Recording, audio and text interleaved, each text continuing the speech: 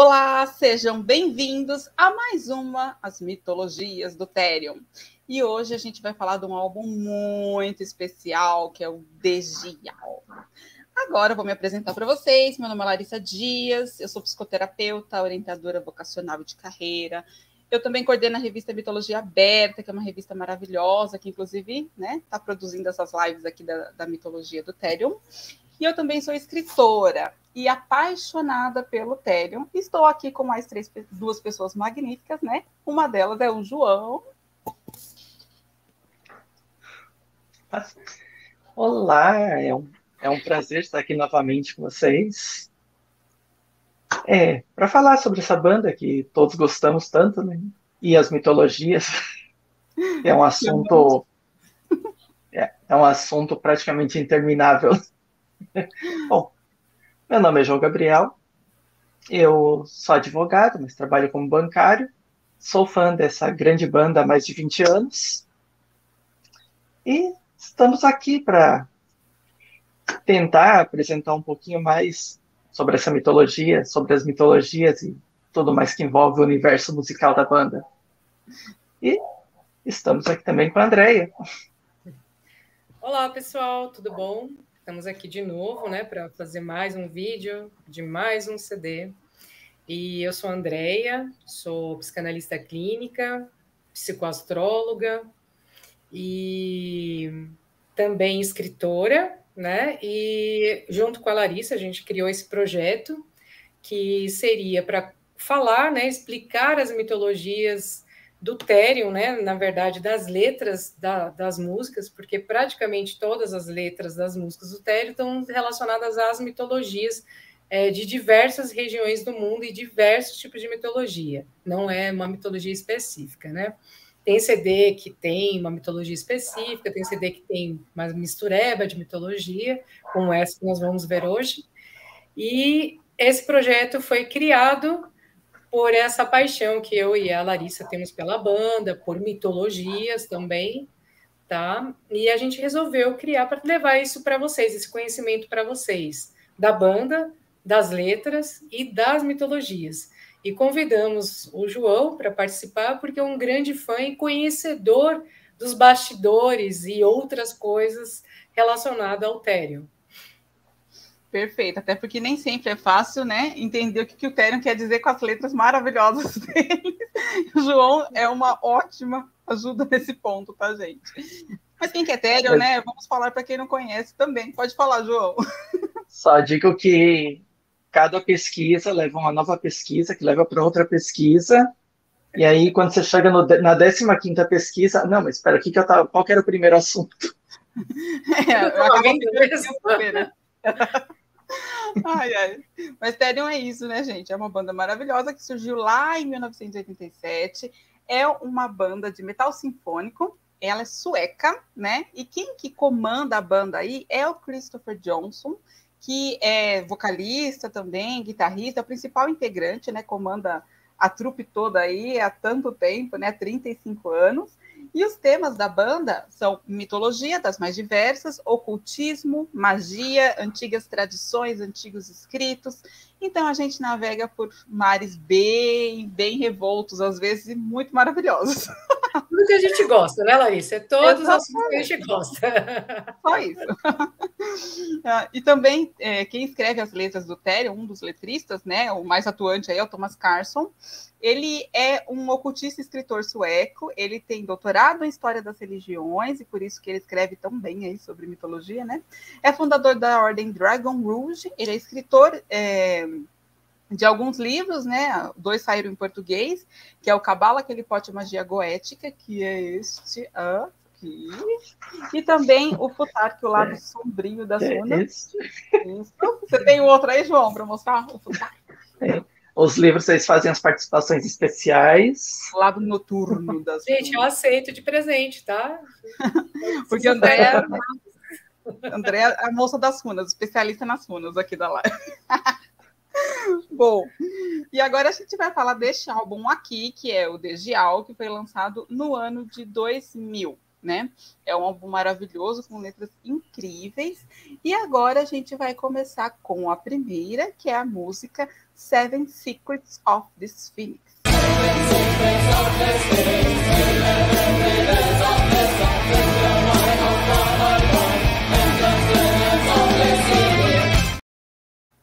Então, né, a gente acabou de falar que o Therion, né, faz a mistureba, então que esfinge é essa, né, gente? 7 segredos da esfinge. Aqui, então, a música começa falando sobre os 7 segredos da esfinge, 11 enigmas das estrelas, beba o vinho da Babilônia e dance a dança dos Yezidi. Tem uma coisa muito interessante, né? Porque os Yezidis, eles eram um grupo, eles eram monoteístas, né? Eles acreditavam em uma única divindade, digamos assim. Só que eles também acreditavam em outros seres divinos, que é como se fossem os anjos, né? E esses anjos, eles eram portadores de 7 mistérios. Um desses anjos, ele se chamava Melectaus, que é, né, o anjo pavão, que o Therion também traz em outra música, chamada Melectaus, do álbum Sirius B, certo, João? Certo.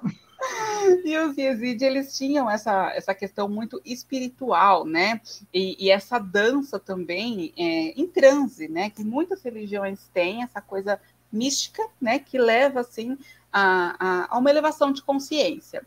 É um grupo que, hoje em dia, né? Tem a sua maior parte no Iraque, mas que eles também rondaram ali pela Armênia, Geórgia e Síria, e do qual, inclusive, Gurdjieff fala muito, né? Que Gurdjieff é um filósofo, um esoterista também, né? Armênio, e ele falava muito sobre essa elevação espiritual dos Yezid, falava sobre as danças dos derviches e essa conexão que eles tinham, né? Através do próprio conceito religioso com o espírito, né? E aqui o Therion traz esses 7 segredos das esfinges como 7 mistérios desses anjos, né? E é muito interessante que ele fala 11 enigmas das estrelas. Por quê? Todos os povos antigos tinham muito esse conhecimento, né, das estrelas, do que ela representava e o que elas traziam, né? Quais, às vezes eram eventos futuros, às vezes eram direcionamentos. Então, as estrelas sempre mostravam coisas que a gente às vezes não conseguia interpretar, né? Mas que o Therion trouxe aqui como um dos grandes mistérios, que também fazia parte desses anjos, né? E aí ele diz: beba o vinho da Babilônia. Quer falar sobre o vinho da Babilônia, João? Dentre as pesquisas que a gente fez a respeito do assunto, né? O vinho da Babilônia ele é considerado venenoso. Ele confunde a mente de quem bebe e desvia a pessoa da verdade. Então, o vinho da Babilônia faz a pessoa se perder, assim. Seria um vinho barato. Bom, então, e entra até um pouco nesse conceito da bebida alucinógena, né? Que leva você a outros estados de consciência. Só que aqui, no caso, como o João falou, você é capaz de se perder, né? Então é uma coisa bem complicada de se usar, digamos, né? Mas a Babilônia, ela sempre foi palco, né? Desses mistérios gigantescos que existem na humanidade, ao mesmo tempo ela foi palco de direcionamentos espirituais de várias ordens, né? Então a Babilônia ela tem esse glamour, esse poder, né? Eu acho que o vinho da Babilônia também traz esse sentido desse poder glamuroso que se consegue através da bebida e entra em contato com esses segredos também do universo, né? Porque depois ele fala e dança a dança dos Yezid. Ou seja, você bebe o vinho, entra nesse estado de êxtase e aí você entra nessa dança, que é uma dança de revelação de mistérios também, né? Depois nós temos aqui a próxima parte, né? 7 segredos das esfinges, dá todas as chaves para a alquimia. A alquimia, ela era usada em muitas culturas, né? O nome alquimia, ele tem um determinado vínculo medieval e tal, só que ela era usada em muitas culturas egípcias, na Babilônia também, né? E a alquimia é isso, né? E a fabricação da pedra. Que pedra é essa? É aquela pedra filosofal, né? É aquela pedra do conhecimento infinito, né? Isso vai transformar o metal em ouro, que era outro direcionamento dos alquimistas. Eles queriam transformar qualquer metal em ouro através de processos químicos, né? E não só químicos, porque quando se fala em alquimia, a gente fala de magia, né? E dizem que a magia é ciência que a gente ainda não entende. Então, para os alquimistas era mais ou menos algo assim. E os 7 segredos da Esfinge ajudaram que os alquimistas tivessem esses direcionamentos para ter tanto o conhecimento infinito da pedra filosofal, né, fabricar essa pedra filosofal, e também transformar o metal em ouro, que é conseguir poder, certo? E a pedra filosofal ainda relacionada com a eterna juventude. Verdade, é a vida eterna, né? Tanto que tinha até uma história da criação de um novo ser, né? Através dessas experiências da criação da pedra filosofal. Então, é vida eterna e poder, né, gente? Quem não quer, né? Então, assim, a Esfinge está revelando os segredos de uma forma muito interessante. Bom, agora vamos para a próxima música, que chama Eternal Return.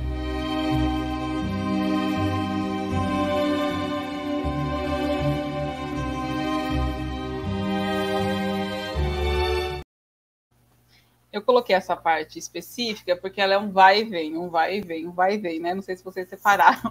E esse vai e vem é o eterno retorno, né? A lei do eterno retorno e tudo que ela carrega, né? O Therion traz a seguinte letra: Cronos está rufando, é o tempo passando. Entre no esquecimento e traga de volta o passado. Para quem não conhece, Cronos é o deus do tempo, né? E na mitologia grega, ele é o deus do tempo preto no branco, né? O tempo do relógio, aquele que passa certinho, né? Cronometrado. E quando a gente fala do deus Cronos, a gente está falando que o tempo está caminhando, está passando, está andando e não tem o que se fazer, né? Então, é muito interessante. Cronologia. Exatamente, cronologia. Trazer esse princípio de continuidade, né? E de que a nossa própria vida está passando, né? Entre no esquecimento e traga de volta o passado. Quando a gente fala de trazer de volta o passado, e o Therion que fala dessas culturas antigas, acho que é muito sempre nessa linha de trazer aquele conhecimento do passado para a vida atual e fazer com que o relógio do tempo pare um pouco, né? E a gente consiga recuperar algumas coisas que aparentemente estavam perdidas, né? Esse é um conceito que eu acredito que aparece em várias músicas do Therion, porque parece que o tempo todo eles estão resgatando as sociedades, resgatando as culturas, resgatando as mitologias e tentando fazer com isso que todos nós consigamos, né, adiar um pouco o tempo da nossa própria ignorância, né? Porque o tempo passa um dia após o outro, etc. Mas quando a gente vai adquirindo autoconhecimento através desses mistérios que o Therion traz aí em suas letras, a gente consegue, na verdade, ser amigo do tempo, digamos assim, né? Ser um parceiro especial aí do tempo, né? Se vocês quiserem falar alguma coisa de Cronos, gente, manda ver, manda bala aí. Ele é um deus muito correto, justo, e não tem muito como você argumentar com ele, né? Não me deixe mais... Ele está ligado diretamente com Saturno, que é um deus da mitologia, né? Uhum. E também relacionada nessa mitologia, ela está linkada com a astrologia, né? Que Saturno ele seria, na verdade, né, para a gente uma questão das nossas limitações, né? Que a gente na astrologia, lá no nosso mapa astrológico, que Saturno, que seria linkado a Cronos, ele está ligado com a relação do tempo. Ele também está ligado com a relação, por exemplo, de situações em que a gente é impelido a desafios, que Cronos também mete, né? Tem essa coisa dos desafios também, né? Exemplificando, por exemplo, né? A gente tem um arquétipo, né, dos signos, né? A gente tem um arquétipo luz e sombra, né? A parte das valores, as partes boas do signo, e tem as partes também negativas, que nem tem nenhum signo que ele é perfeito, né, gente? Que a gente fala só tem coisa fofa aqui. É lógico, pessoas como eu, que sou apaixonada pelo arquétipo de touro, acho até os defeitos de touro de touro, legal, né? Porque a gente, quem olha, que horror, touro é isso, para mim, eu aceito até os defeitos, porque eu gosto do estilo, do arquétipo. Mas todos os signos, eles têm suas coisas. E quando chega em Saturno, ele remete às partes realmente mais difíceis daquele arquétipo, daquele signo.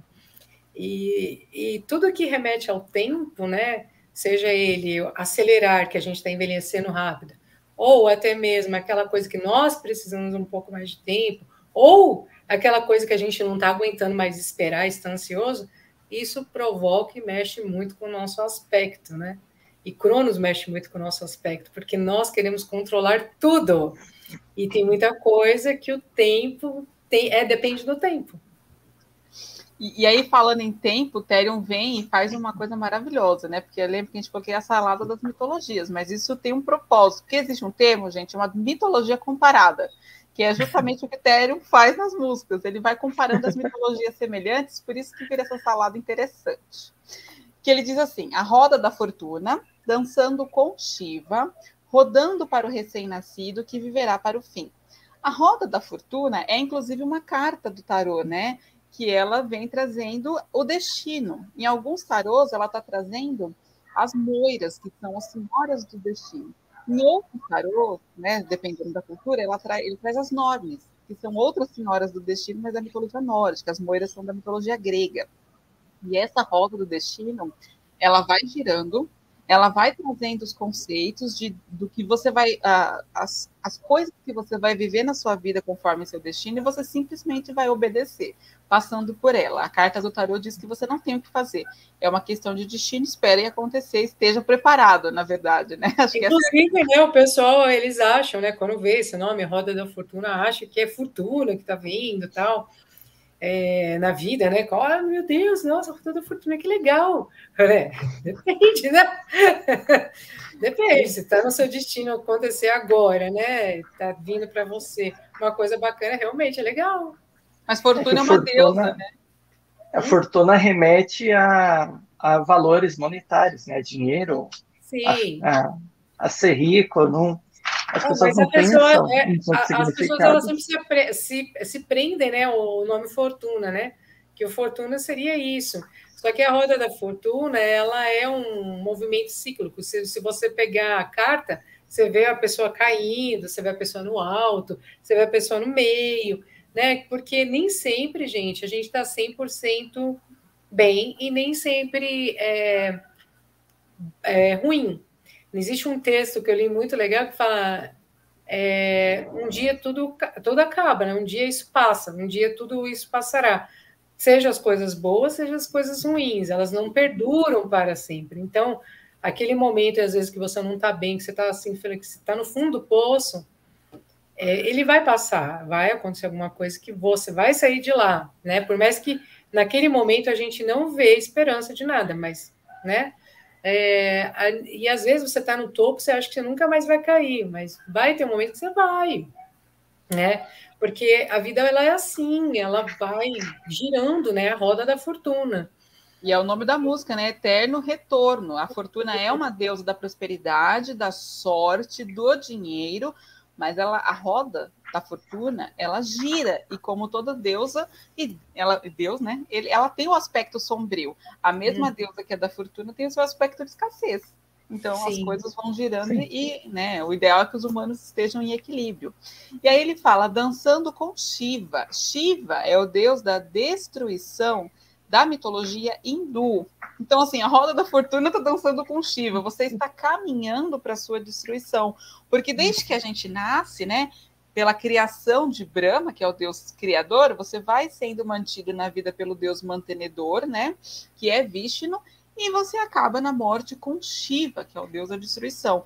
Então, esse ciclo, ele vai acontecer do começo ao fim da existência de qualquer pessoa, animal, planta, ser vivo, né, que participa dos mistérios da vida. Então, dançando com Shiva é isso. A dança de Shiva é a dança da destruição, aquela que vai acabar com as coisas existentes, né? Então, acho que é bem simbólico essa parte da fortuna linkada a Shiva, rodando para o recém-nascido. Então, a roda da fortuna que roda para o recém-nascido é que ele acabou de nascer e ele já tem um destino para cumprir.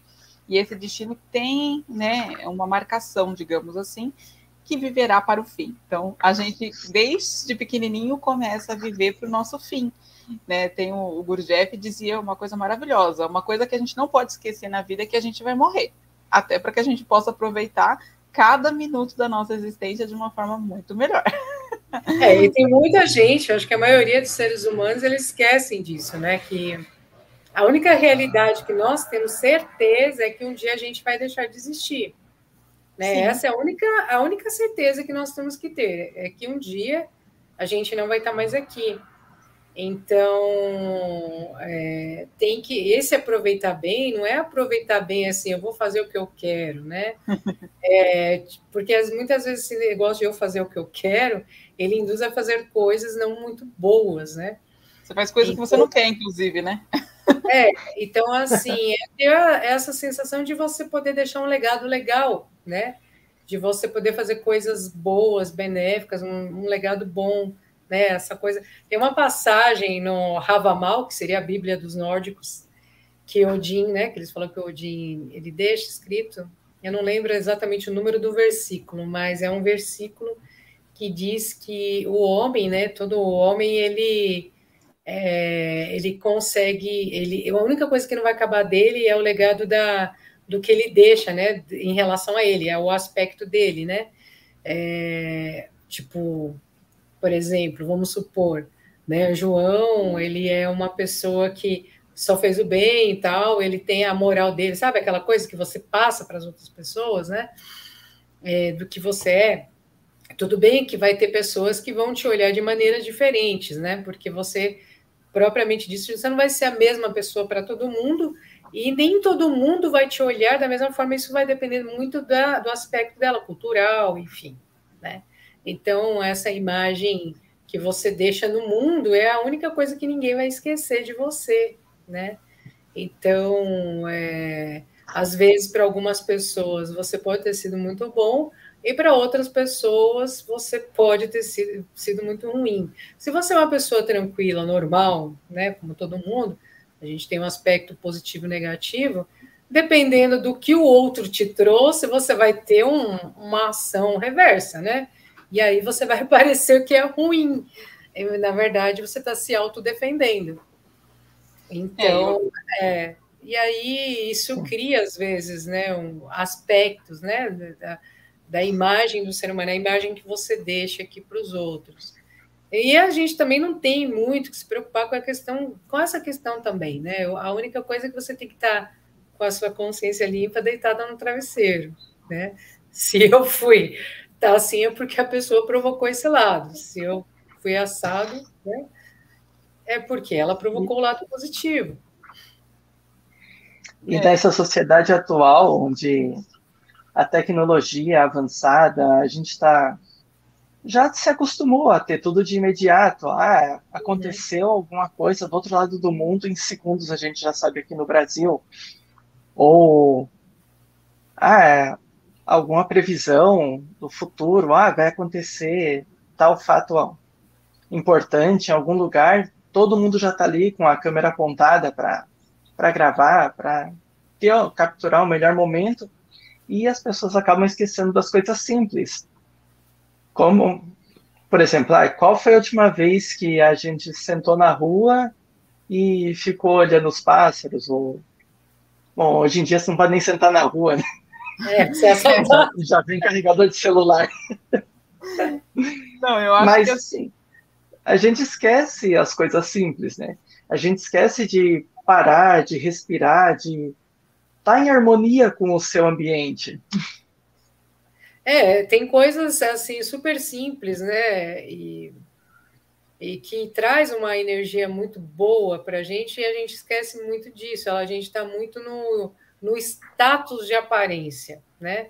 A gente quer mostrar o tempo inteiro, para o mundo inteiro, né, nas redes sociais, um status que às vezes você não vive, né? Porque, nossa, aí todo mundo acredita, é aquela coisa, né? E tem coisas simples, por exemplo, como o fato de, que nem aconteceu ontem, né? De coisas simples, né? De você estar com amigos simples, fazendo um cabelo, fazendo uma unha e estar tomando um vinho, tomando uma cerveja, trocando ideia, são coisas simples. E você está tanto correndo no dia a dia e aquela coisa que você esquece desses momentos, né? De estar ali aberto, de coração aberto, sem máscara, sem nada, com pessoas que você gosta, falando besteira, falando palavrão, falando o que pensa, e tá tudo bem, vai todo mundo embora, todo mundo se amando, adorando e falando, nossa, que tarde maravilhosa. É uma coisa assim. E sem precisar mostrar isso no mundo virtual também. Você abrir uma rede social no que você está pensando. Eu não quero dizer para todo mundo o que eu estou pensando. Aí você abre outra rede social, o que está acontecendo? Não interessa o que está acontecendo. Não interessa, é ótimo, né? Eu acho que tem a ver com viver consciente, que é justamente isso da gente não esquecer que vai morrer, para que você tenha consciência de viver o hoje, né? Então, assim, quando você está acordado nesse tipo de consciência, você está realizando tudo que você quer, da forma como você quer, no presente, né? Sim. Acho que um exemplo do nosso legado aqui, pelo menos de nós três hoje, no presente, é essa live que a gente está deixando, porque a gente quer saber quais são as mitologias do Terry, e é isso que a gente está trazendo para as pessoas também, né? Trazendo, né, essa informação, trazendo o que é o sentido daquilo, né? O que aquilo quer dizer, porque, querendo ou não, é tudo um informativo, né? É tudo um aprendizado dos antigos, né, da inteligência antiga mesmo, de como você deve, as coisas de uma forma simbólica, né? O que realmente acontece com a gente, né? Porque a gente cria, nossa, mas Shiva, a roda da fortuna, mas o que tem por trás daquela mensagem, né? Porque isso é uma coisa simbólica, mas o que é por trás? É que tudo um dia acaba.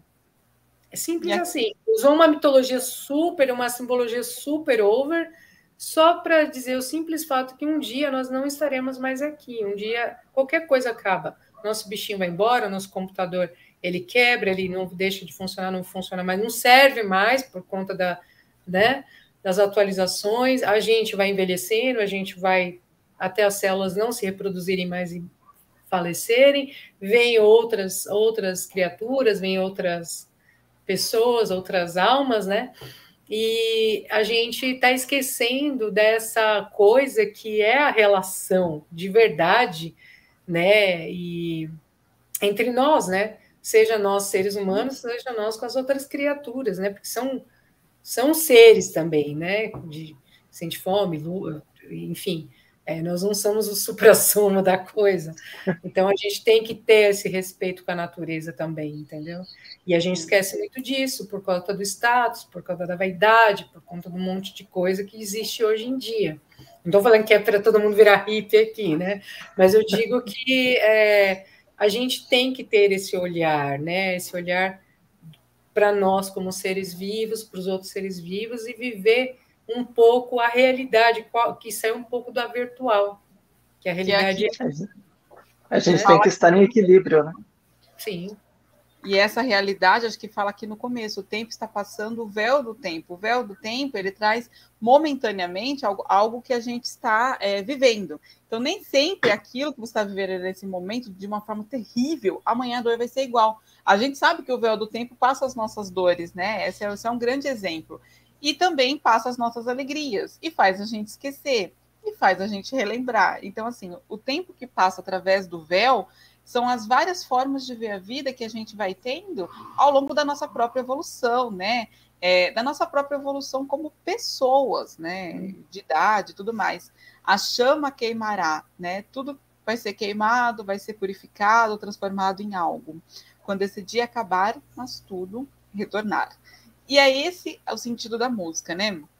O sentido do eterno retorno, da eterna repetição, é algo que acontece também muitas vezes na própria psicologia. Você vai, cria uma situação onde você está vinculado a uma pessoa, aí você termina seu relacionamento com aquela pessoa, só que você arruma uma outra pessoa para fazer exatamente a mesma coisa. Esse é o eterno, a eterna repetição, é o complexo da eterna repetição, que está trazendo para você uma lição que você ainda não aprendeu, não superou, não conseguiu passar por ela, né? Por mais que as pessoas mudaram, o véu do tempo ainda não saiu da sua frente, porque você não enxergou o que precisava, e com A psicologia tenta entender e explicar isso há séculos.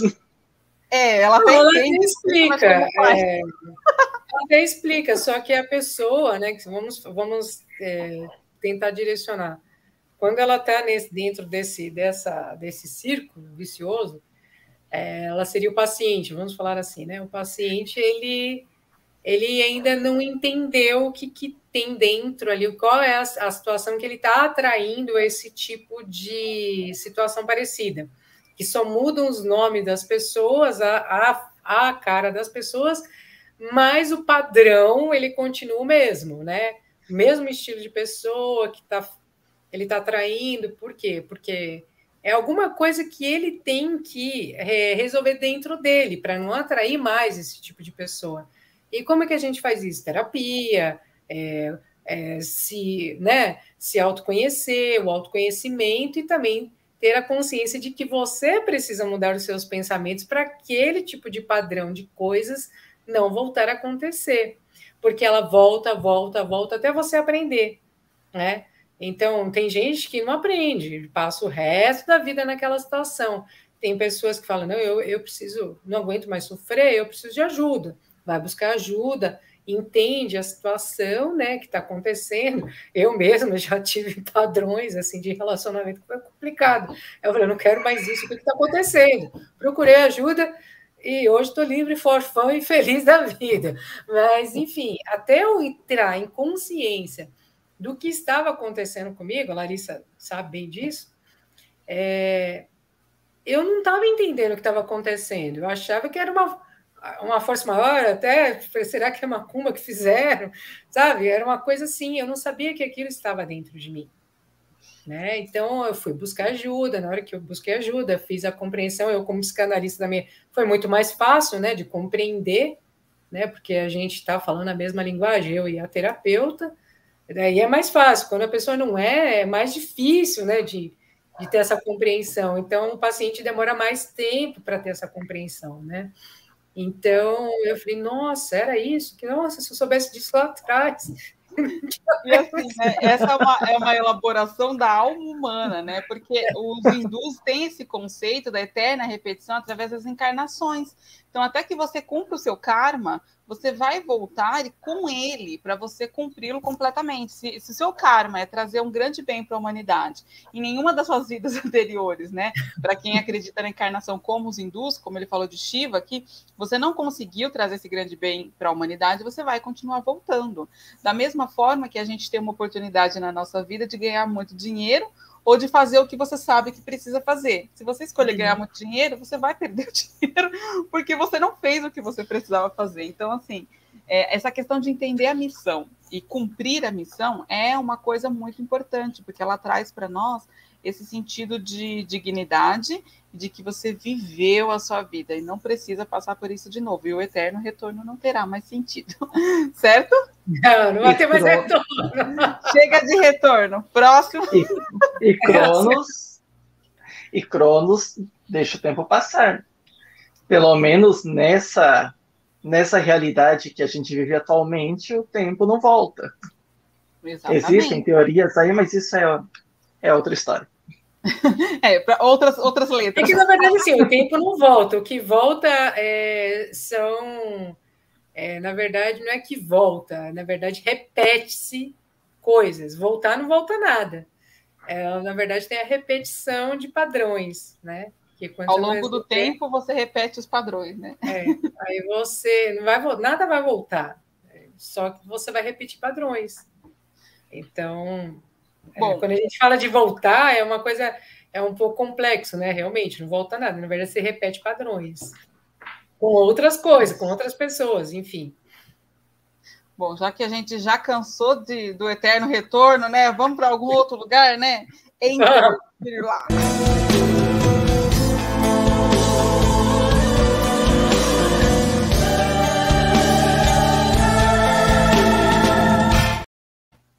Bom, gente, já estamos aqui, então, né? Entre vírgula. Esse conceito ele é muito interessante, até porque a gente precisou pesquisar, tá?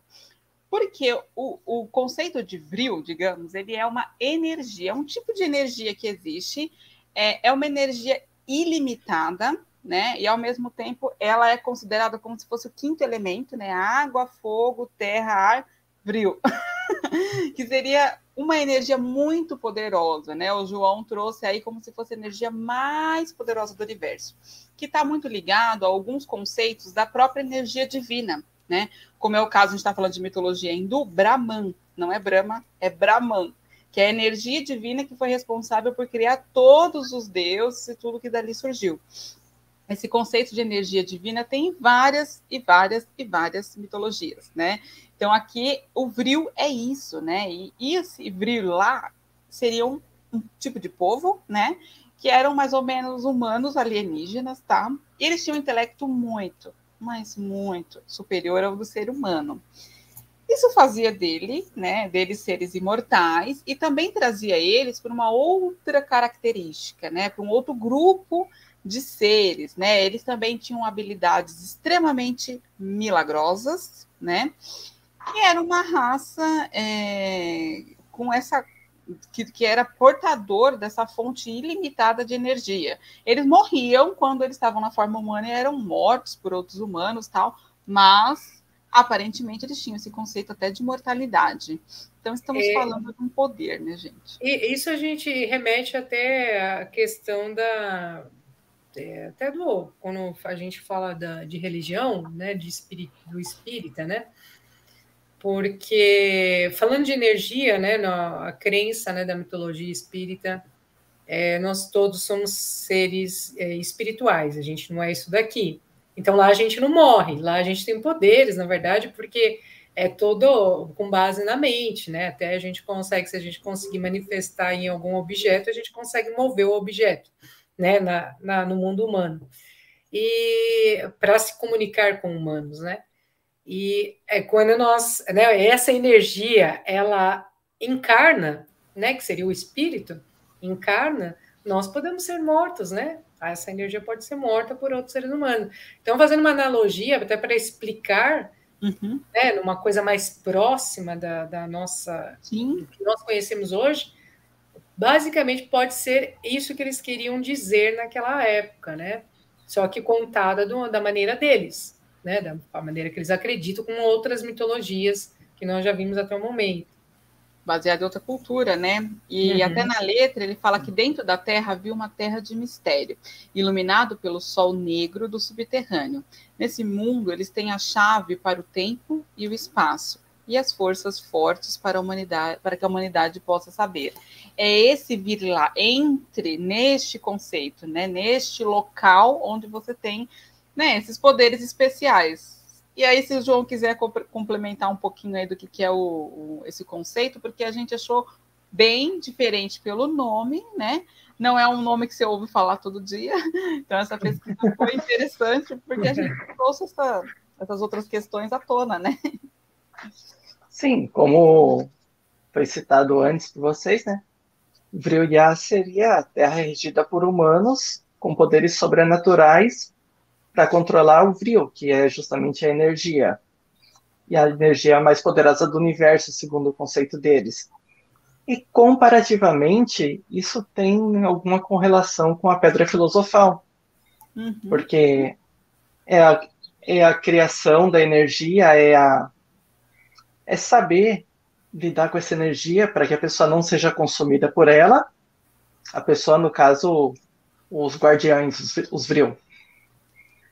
E usar com sabedoria para que não prejudique ninguém, não prejudique o restante da comunidade e aqueles outros que não têm o mesmo conhecimento.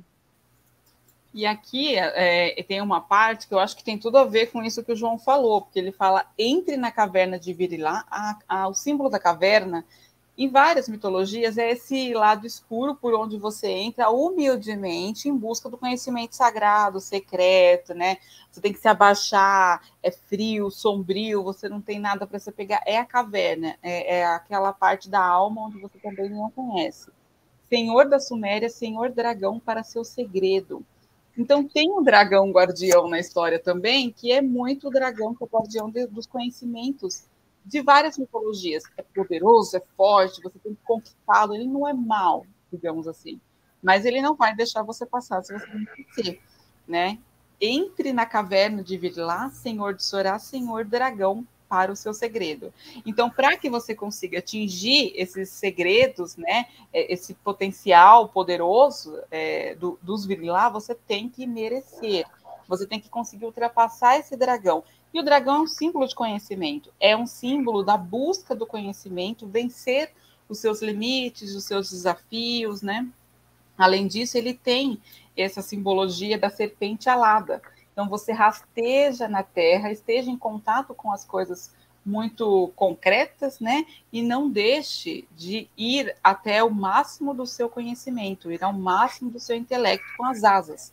Então, assim, você não está com os pés no chão e, ao mesmo tempo, você está tocando os céus, para que você consiga ter um equilíbrio, né? Que eu acho que é a grande questão da própria busca do conhecimento, né?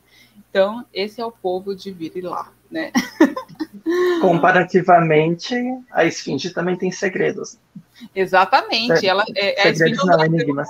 Né? Enigmas, que é como se fosse um dragão que também te cobra para que você consiga... assim, que você consiga, de fato, atingir o seu objetivo, mas se você merecer. Então, senão ela te come, te devora viva e tudo mais, né? Então, assim, acho que tem muito a ver, né?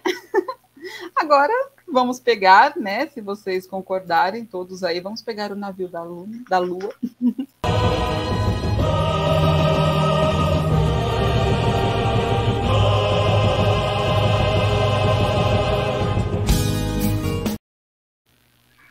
Bom, gente, esse navio lunar aí do Therion é uma música muito interessante, porque ele fala de alguns seres que nós conhecemos, mas que a gente, de repente, não identifica neste grupo, digamos assim, né? Senhora Lua, tão fria e tão brilhante, navegue com o seu navio, Dama Luna, oriente para o sonho, né? Quando a gente fala da Lua, a gente tem um grupo que chama Mitologia Lunar, digamos assim, né? Que é um grupo que envolve várias divindades que são relacionadas à Lua, e a Lua, ela tem sempre esse aspecto ilusório, de sonho, de fantasia, de encanto, de você não enxergar corretamente com a luz da Lua, né? Ter essas ilusões, né? E esse navio que a Lua traz, ela é tão fria e tão brilhante. Então, ao mesmo tempo que você fica apaixonado pela Lua, tem umas certas condições que você não enxerga ali. Ela é distante, fria, não te aquece. Então, assim, esse lado dessas divindades é um lado que a Lua traz muito bem, né? Águas da mente, fluxo do tempo. Existe a Lua Veli, Hera e Hecate, Luna e Arádia. Essas são algumas divindades, né? Hera, ela é esposa de Zeus. Ela tinha uma característica lunar no início, né? Antes dela virar deusa ciumenta e etc, né? Hecate sempre foi a deusa da Lua, mas ela é a deusa da Lua sombria, porque a Lua tem as fases, né? Crescente, a Lua minguante, a Lua cheia e a Lua negra. Hecate é a Lua negra, aquela Lua que está na caverna, escondida, poderosa, ela está com todo o seu potencial de magia ali, né?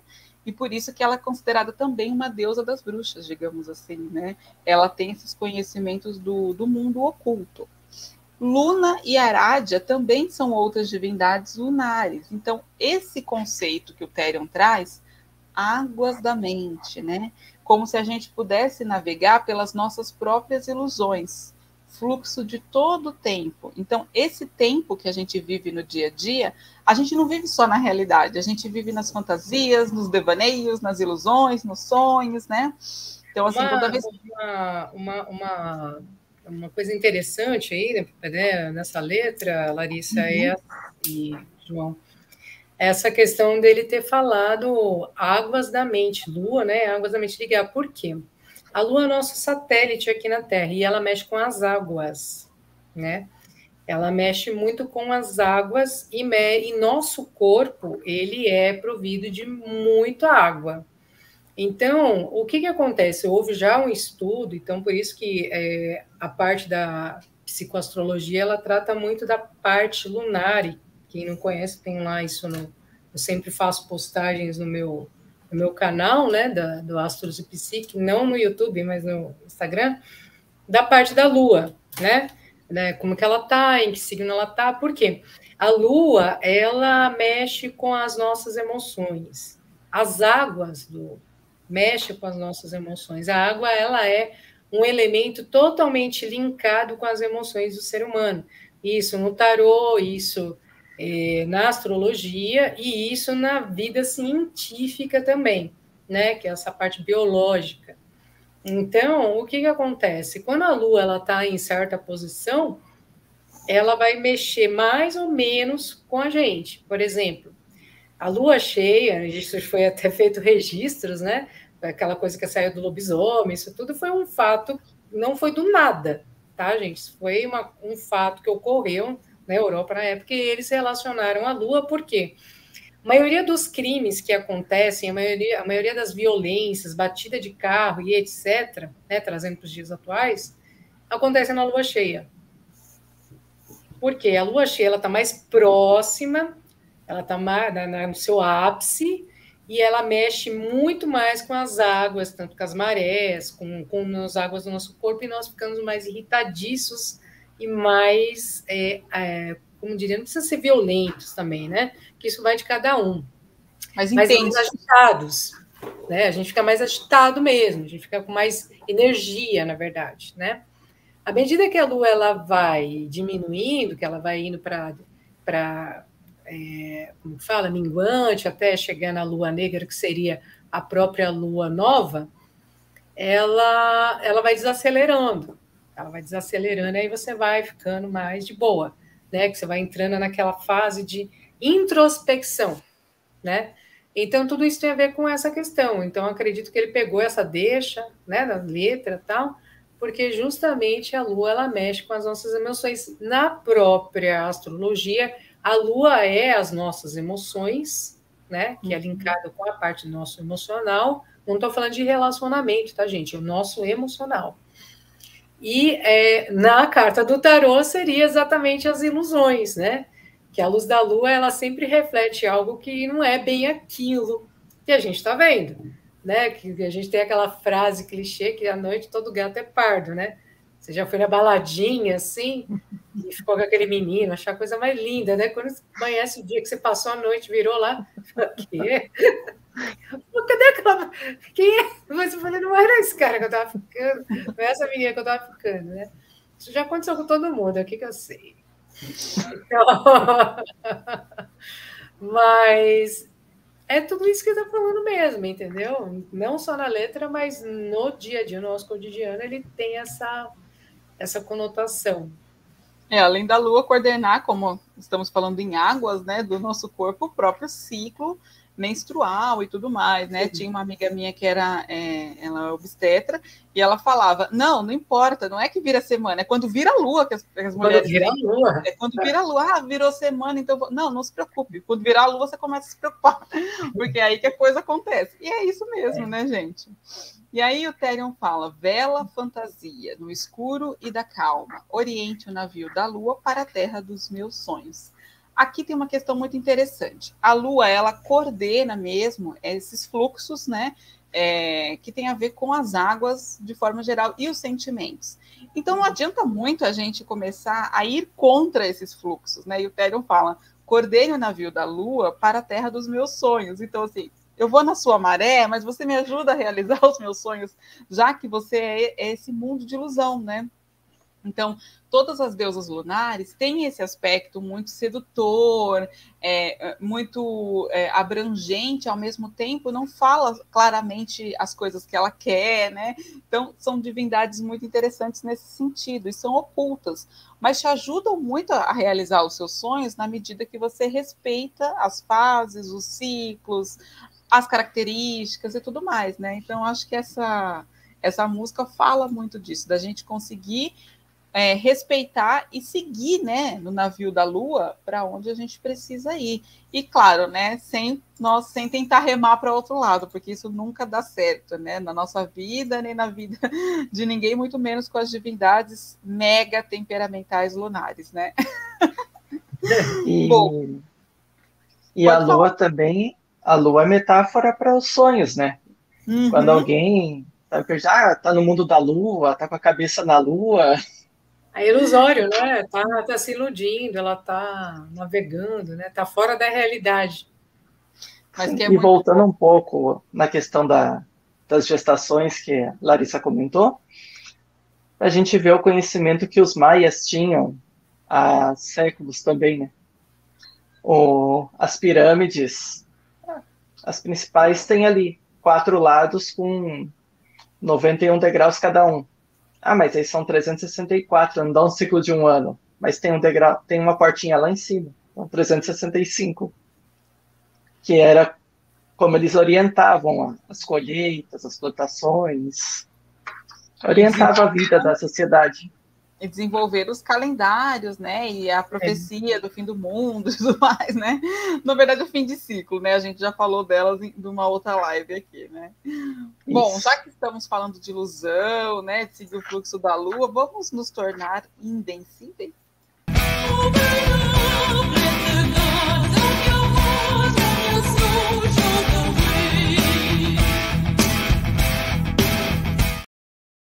Essa música me faz chorando. Bom, essa podia colocar a música inteira. Gente, a gente gostaria de colocar o CD inteiro aqui, porque pelo que a gente estava conversando, esse CD está no nosso coraçãozinho, né? Todos estão, mas é que esse, né? Em particular. Bem particular, né? A Andrea disse que é o preferido dela, então, né? Então ela já tem aí um pezinho atrás. Eu já sou suspeita para falar. Bom, essa música, vamos ver do que ela fala, né? A chama da luz do norte reflete o amanhecer dos deuses do antigo panteão que não descansam mais em paz, né? Bom, quem sabe as luzes do norte são chamadas de aurora boreal. Então a gente está falando dos polos, né? Do lado gelado, né? E esse amanhecer dos deuses, ele está muito ligado também ao crepúsculo dos deuses, né? Que fala na mitologia nórdica, da queda dos deuses, que é o Ragnarok, né? E esse antigo panteão são os deuses mais antigos ligados ao conhecimento da própria mitologia nórdica, e eles não descansam mais em paz, porque eles sempre estarão ali, né, no pé do ouvido deles, com a batalha final, que é o fim dos tempos, né? Aí a música continua e diz o seguinte: abra a runa e a fé no forte e destemido. Se abra, deixe os deuses do seu coração e sua mente mostrarem o caminho. Andréia, você quer dizer de quem que eles estão falando aqui? Eles não estão falando nada mais, nada menos do digníssimo Deus Odin. O pai de tudo. Que é o invencível.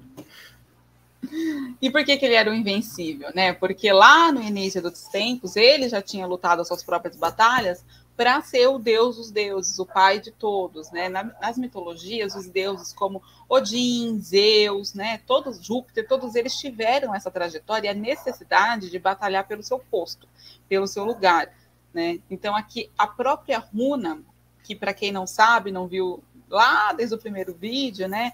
Runas são símbolos nórdicos que podem ser alfabetos, usados como sentido divinatório, e símbolos mágicos também, né? Que trazem essa coisa da fé nórdica. E essa fé no forte destemido, que como a Andrea falou, é Odin, né? Ele fala da necessidade das pessoas também se abrir para os deuses e deixar que a mente mostre o caminho. Então, assim, na própria psicologia analítica, a gente tem isso de que todos nós temos o self. E o self é a imagem de Deus em nós, né? É o nosso lado essencial, divino, que sempre sabe o que fazer, mas que a gente, né, como ego, nem sempre está prestando atenção, né? E a gente só vai ladeira abaixo quando isso acontece, tá, gente? Então, prestar atenção no que o self quer é a melhor coisa do mundo. Normalmente vem umas vozezinhas assim, faz tal coisa, aí você fala assim, não, mas tal, não dá, e não sei o quê. Aí você não ouviu o self, depois eles cobram o preço. Aí ela fala assim, beleza, você que sabe. Cada um chama da maneira que quiser, tá, gente? Respeitando todas as fés, né? Que tem, como né? diz a outra música, né? Lá do Citraha, as sibilas continuam falando, mas o mundo tá surdo. Exatamente, né? Então, essa vozinha interna, ela pode ser vista do ponto de vista religioso, mitológico, psicológico, não ser vista, ela pode, né? Mas com relação a isso, é isso, né? Os deuses que falam ao nosso coração e mostram o caminho, o nosso destino. Na ordem que eu faço parte, né? Ela fala sempre o Deus do meu coração, o Deus da minha compreensão, porque cada um tem o seu, né? Seja a pessoa ela ateia ou não, mas ela tem sempre um quê, né? A pessoa não é extremamente inerte a qualquer coisa. E cada um compreende, né, dessa maneira. E no entendimento, quando a gente pega para estudar e entender, a gente vê claramente que isso é a nossa centelha divina que existe dentro da gente, né? Sim. Que é o nosso self, na verdade, na psicologia falando. Então, no fundo, a gente tem consciência de certas coisas. Às vezes a gente acha que é algo externo que está falando com a gente, e na verdade é nós mesmos que sabemos aquilo ali. Nossa, eu ouvi uma voz, aí fala que é uma entidade X, Y, Z. Né? Às vezes a pessoa ela precisa acreditar naquilo para ela ter fé naquilo ali. Então, deixa ela acreditar que é a forma dela ter fé.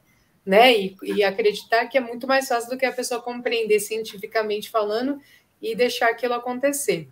Quando a pessoa ela tem uma fé cega, assim, às vezes é bom, às vezes eu falo, é bom e é ruim, né? Às vezes ela é bom porque ela joga bastante coisa na fé, então ela joga aquela energia e consegue cocriar as coisas com maior facilidade. Quando você sabe como funciona a cocriação, que é a fé, é mais difícil, né? Você fala, porra, dá até preguiça, né? Você fala, nossa, vou ter que mentalizar, vou ter que jogar aquilo para o universo, tem que fazer aquela coisa. E, na verdade, essa energia, essa força toda que a gente externaliza, ela está dentro de você. E é o que te torna invencível, certo?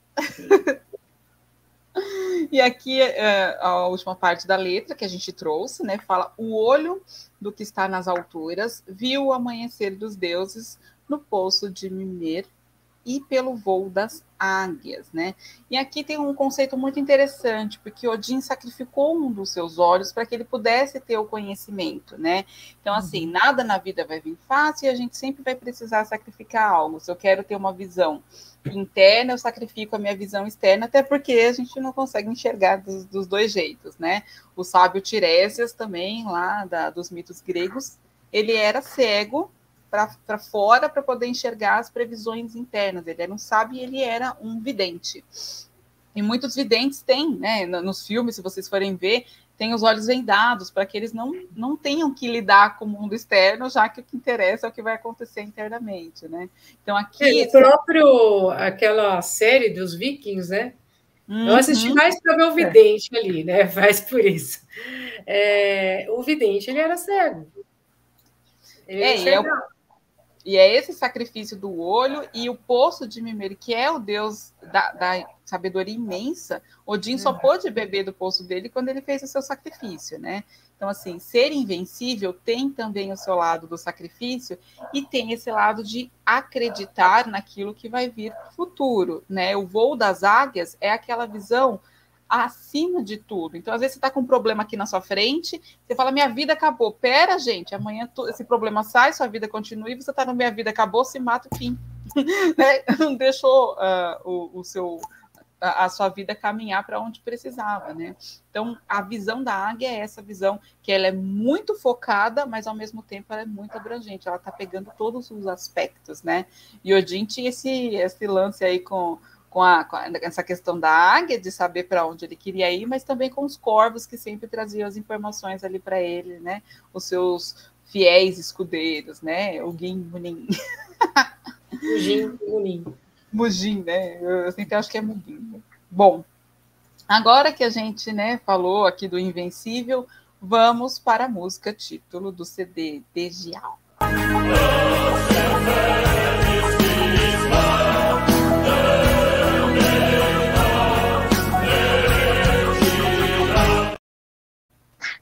Gente, eu adoro essa música. Ela é maravilhosa. Amo, né? Tietagem passou, pronto.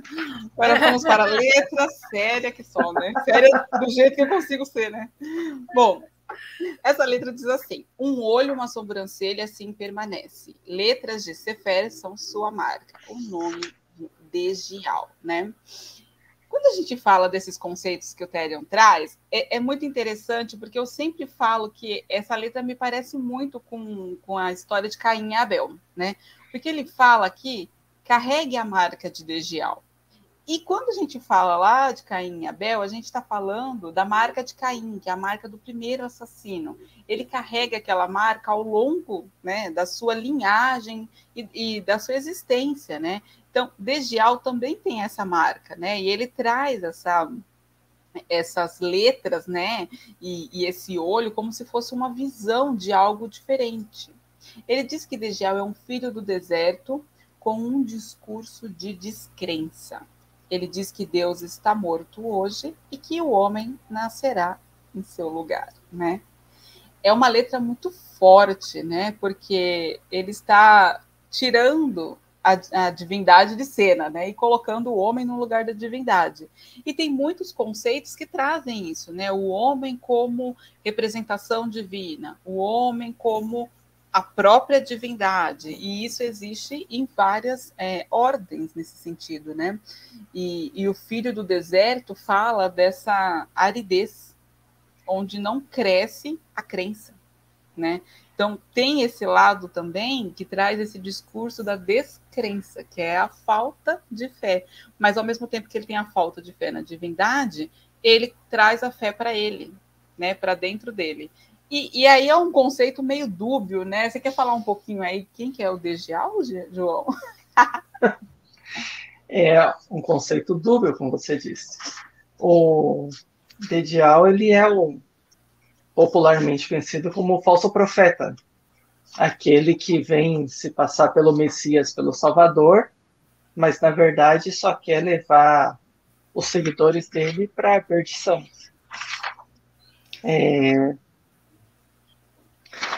Tá, anotei aqui que ele precede o fim do mundo, ele seria o impostor.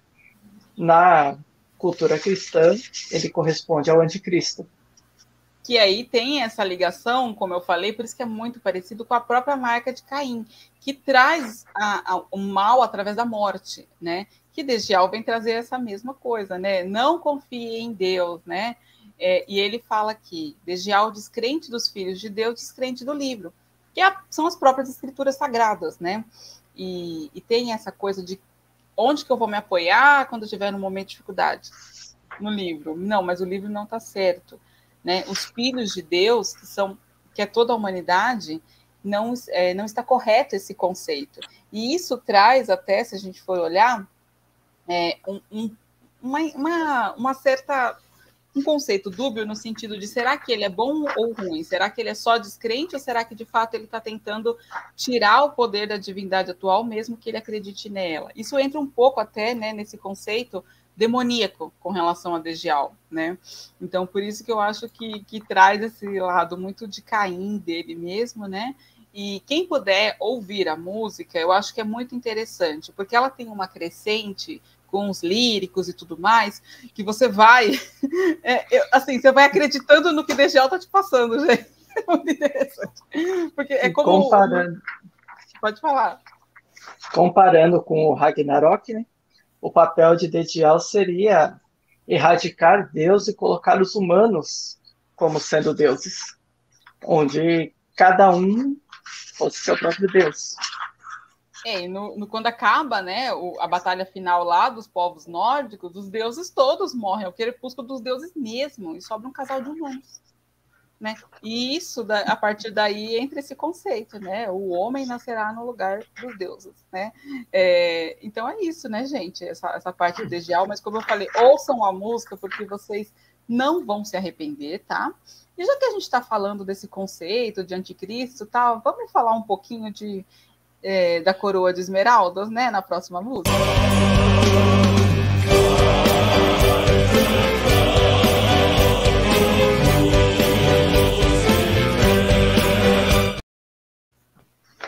Olha, gente, essa música, ela chama Coroa de Esmeraldas, tá? E quem conhece aí, sabe o que é isso? É a coroa de esmeraldas que Lúcifer estava, né, usava quando ele caiu na Terra, né? Como o anjo caído, foi expulso do paraíso e caiu na Terra. E a letra diz assim: durante a guerra que tomou lugar no paraíso, a estrela mais brilhante, Lúcifer, perdeu sua preciosa coroa. Ela caiu para a terra e foi enterrada nas profundezas. Desde aquele tempo, o homem procurou por isso. O homem gosta de poder, né, gente? Então, se cai a coroa de Lúcifer, de esmeraldas, não é pelo simples valor material que ele quer a coroa, né? Ali tem o que é a coroa? É algo que você usa na sua cabeça. Ela traz o seu status, o seu prestígio, e ela também traz a sua consciência e seus poderes, né? Então, assim, um rei sem coroa não é rei. Assim como Lúcifer sem a coroa não era bem Lúcifer, né? Como ele era lá nos céus, nos seus domínios e tudo mais. E aí tem uma coisa super interessante, porque existem vários destinos aí para essa coroa, e um deles dizem que com uma das esmeraldas da coroa de Lúcifer foi feita a tábua de esmeraldas, né? Que é um conceito de Hermes Trismegistus, né? Que o Cabalhon traz, inclusive, aqui, né? Algumas diretrizes nesse sentido. E eu acho que é o livro dos 3 iniciados, tá? Para quem não conhece. E quando a gente fala desse conceito, a gente está falando de uma dinâmica de poder, né? Então, assim, os humanos procuram por esse poder desde sempre, né? E não importa se é um poder vindo de Lúcifer e é mau e etc, né? O importante é que se adquira esse bem, né? Diz que é o cálice do Graal que eles acharão. E o que é o Santo Graal, né? Que a gente tanto ouve falar. É um conceito da mitologia celta, né? Tanto que os cavaleiros da Távola Redonda tinham as suas missões sempre de achar o tal do Graal, né? E que era esse cálice sagrado, que diziam que era o cálice que continha até o próprio sangue de Jesus Cristo, né? Que ao mesmo tempo ele podia ser ali o ventre da deusa, então tinha inúmeros conceitos para o próprio Graal, que era sempre um símbolo de extremo poder. Quem tivesse em posse do Graal teria poder, riquezas e tudo mais que trouxesse com isso, né? E conceitos de mortalidade também, né? Então, assim, é o cálice do Graal que eles acharão quando encontrarem a coroa. É a coroa da estrela no céu. Cavaleiros sagrados trazem de volta ao rei, que era justamente a busca dos cavaleiros da Távola Redonda, Arthur, Lancelot e etc, né? Que cada um tem uma história muito particular, muito legal. Templários. Os Templários, e todos muito ligados à própria coroa de esmeralda de Lúcifer, porque são mitos que eles esbarram nessas questões cristãs, né? No sangue de Jesus, no sangue da lança de Jesus, na coroa de Lúcifer, que são mitos cristãos, né? Trazem esse conhecimento que a gente acha lá na Bíblia, né? Na Bíblia Sagrada. Aí aqui na música ele diz: acha a coroa de Lúcifer, observe o brilho da esmeralda, traga de volta ao paraíso e beba o vinho do Graal. Como tudo que vem do mundo dos deuses, quando chega no mundo dos humanos, vira o anel de poder lá dos anões do Senhor dos Anéis, né? A pessoa fica fissurada, destrói a vida, acaba com tudo, começa com guerra, né? E por aí vai, né? A própria história de Troia diz que a Helena tinha Helena de Troia, tal, né? E ela era um ser lindo e maravilhoso, beleza. Mas Paris foi convidado para julgar qual das 3 deusas eram mais belas. Ele era um pobre mortal, gente. Ele não tinha condições de falar isso, porque para qualquer uma que ele escolhesse, a outra dá uma tragédia terrível. No fim das contas, ele acabou escolhendo era Afrodite e Atena. E ele acabou escolhendo a Afrodite, porque ela era linda e maravilhosa, deusa do amor, da beleza, da sensualidade, e não deu para resistir, né? Só que aí, Atena, que era a deusa da estratégia da guerra, se juntou com Hera, que era a deusa do matrimônio, falou, vamos dar um jeitinho aqui? Vamos fazer ele se apaixonar por alguém? Helena. E aí gerou-se a guerra de Troia, tá? Então não vou contar mais, já deu uma coisa bem... Tudo que os humanos acabam, né, interferindo no mundo dos deuses dá uma coisa errada. E aí, e sobre esse assunto tem livro, tem filme, tem série, tem um monte de coisa. E se alguém encontrar a coroa de Lúcifer, faz favor de devolver, porque não vai dar certo você ficar com ela, ou com a Helena de Troia. Então, assim, é importante que a gente entenda, brincadeiras à parte, né? Que a coroa de Lúcifer, ela é o poder divino que os humanos não conseguem lidar. Então, assim, quando a gente fala da tábua de esmeralda e tudo mais, são conceitos que a gente aprende, utiliza na vida, para que a gente consiga ter um caminho, né, melhor. Mas o poder, sendo de um só, não dá certo. Então, traga a coroa de volta ao paraíso e beba o vinho do Graal. Porque você não pode ficar com grau, mas sim você se alimenta daquele conhecimento, que é o próprio vinho, que é o que a gente faz, né? A gente se alimenta dos deuses pelas histórias, pela fé, pela própria vivência de algumas coisas da mitologia. Quando a gente fala do, sei lá, da mitologia indígena, a gente está falando do povo de pé, são as árvores. Então a árvore está ali, você tem uma convivência com ela, é um ser divino, né? Então, nesse lado aí, você vive a mitologia. E é através disso que a gente consegue, né, digamos assim, se dar bem sem maiores problemas, né? Se você tiver observações. O vinho da Babilônia te confunde, o vinho do Graal te esclarece. Olha, perfeito, né? Perfeito, contanto que você não fique com grau. Deixa ele lá no canto dele. Não custa, gente, pelo amor. Mas, brincadeiras à parte, né? Essa questão da coroa de esmeraldas, que o Therion traz aí na música, é isso. Ele traz em outros momentos também a coroa de esmeraldas, como esse objeto extremamente poderoso e simbólico, certo? Já que estamos falando de Jesus e sangue, vamos falar agora da carne dos deuses.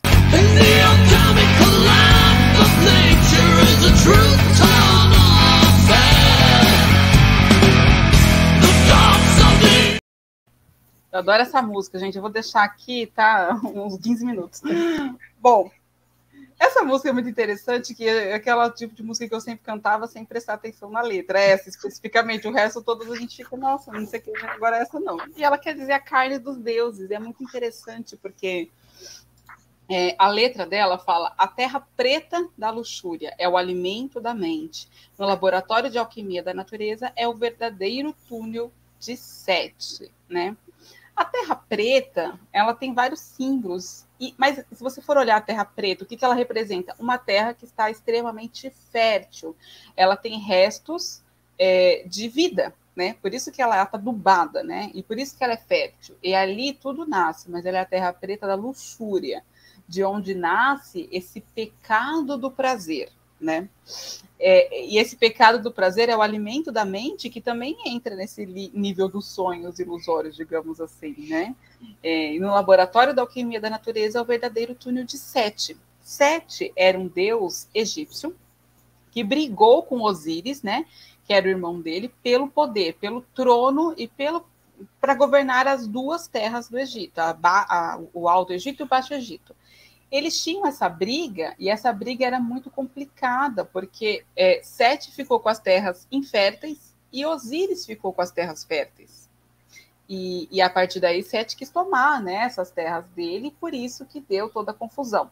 Ele matou o Osíris, ele esquartejou o Osíris, espalhou pelo Egito inteiro. Então, assim, ele realmente trouxe ali uma confusão, e Horus passou a vida inteira vingando o pai, né, que é o filho de Osíris, brigando com Sete, né? Então tem essa parte que fala disso, e essa carne dos deuses traz exatamente esse link, né? Porque Osíris foi um deus esquartejado. Em alguns pontos eles fazem uma ligação de Osíris com Dionísio, que também foi um deus esquartejado, e com Jesus Cristo, que teve todo o processo de crucificação. Então, tem esse link dessas três divindades com comer a carne, né? Que é esse ato que a gente faz na missa, beber o sangue e comer a carne com a hóstia, que os católicos têm esse rito, né? E aí é isso, a carne dos deuses traz esse potencial, né? Para algumas... O próprio Odin também, ele é meio caracterizado, né? Porque sim, ele é pendurado ele é um deus, né? Assim como Jesus Cristo, né? Que tem algumas religiões cristãs, né? A maioria das religiões cristãs acredita que ele é Deus, né? Uhum. Essa trindade, com exceção da Testemunha de Jeová, que não acredita que Jesus Cristo é Deus. Ele acredita que Jesus Cristo é filho de Deus. Sim. Então, que não existe essa trindade, né, na Testemunha de Jeová, né? Tem Deus, né, que é Jeová, tem o Espírito Santo, né, que é uma luz, e tem Jesus Cristo, que é como se fosse nosso irmão mais velho. Sim. Então, Mas ela é caracterizada, assim, nos catálogos como uma religião cristã, porque tem Cristo ali, né? E segue a Bíblia, enfim. Tudo que segue a Bíblia, segue Cristo, independente de se acreditar que ele é Deus ou não, ela é caracterizada como uma religião cristã, independente de que as outras religiões pensem em relação a isso. Né? Porque sempre tem aquela que eles não são cristãos, porque eles não acreditam que Jesus Cristo é Deus, sabe? Tem umas breguinhas assim, meio... E Odin, ele tem essa analogia também pelos seus sacrifícios, né? Tudo bem, teve outro deus lá que teve um sacrifício grande também, que foi Tyr, né? Que segurar o caos, mas Odin, ele é o centro dessa situação toda, por ele também guiar os outros deuses, né? E ele está dentro dessa turminha aí. E como Tammuz também, do Muse da Suméria, né, que também tem essa conotação de ter morrido e ressuscitado, conforme o ciclo da vegetação. Então, todos os deuses que morrem e renascem estão ligados a Jesus Cristo e tudo mais, né? No caso de Osíris, ele morreu no mundo dos vivos, mas ele passou a reinar no mundo dos mortos. Ele era o deus principal do mundo dos mortos, e toda a mitologia do Egito era voltada para o mundo dos mortos, né? Então ele virou o deus mais importante. Então Sete não conseguiu o que queria nem aí. Depois a letra fala: os deuses da terra da mente para as estrelas, coma a carne dos deuses e se torne um deles. Reviva o sacramento de dar desde os dias do paganismo, e isso abre o terceiro olho e também os céus astrais. Tem algumas questões que eu acho que é importante de trazer, porque os guerreiros indígenas norte-americanos, eu sei que tem isso, no Brasil também temos aí com os tupinambás, né? Comer a carne do inimigo é adquirir o poder dele para você. Então, coma a carne dos deuses é adquirir aquele poder para vocês. Para você, quando você faz escalpela, né, que é uma das tradições de alguns indígenas, é você pegar ali uma parte vital, né? Em muitas mitologias existe o hábito de comer a carne da coxa, que ali dizia que estava o poder do guerreiro, para que você ficasse forte como o guerreiro que você matou. Em outras mitologias, além de você matar e comer, você dava o nome do guerreiro para o seu filho, ou assumia o nome dele. Então, isso de você comer a carne, quer dizer trazer esse poder dele, né? Como a carne dos deuses e se torne um deles, né? E a carne dos deuses, se a gente for ver, está ligada também ao Santo Graal, né? Está ligada a esse contato com essas atmosferas e elementos extremamente divinos, né? Então, isso, né, trazer da terra, da mente para as estrelas, é conseguir ter um poder de navegar entre a terra e o céu, que é um poder que é o divino, né, sempre nessa linha, né? Reviva o sacramento da idade desde os dias do paganismo, né? Então, assim, o que o cristianismo trouxe através da hóstia e tal, nas celebrações, isso já existia antes, na época, digamos, pagã, né, quando se cultuava outros deuses. Também já existia esse hábito de se alimentar da carne deles, né, e adquirir essa força. Isso abre o terceiro olho, que é o seu olho da intuição, aquele olho que te conecta com os acontecimentos que não aconteceram ainda, é uma coisa extremamente poderosa, uma informação extra, digamos assim, e também os céus astrais. Então, Therion aqui traz, né, através dessa Flash of Gods, esse rito, né, de se alimentar da carne dos deuses e criar poder com isso, né? Então, acho que é uma música muito interessante. Agora, vamos para a música que acho que muita gente aqui nesta sala gosta muito dela demais, ou é a melhor e etc., né? Que é Via Noturna, parte 1 e 2.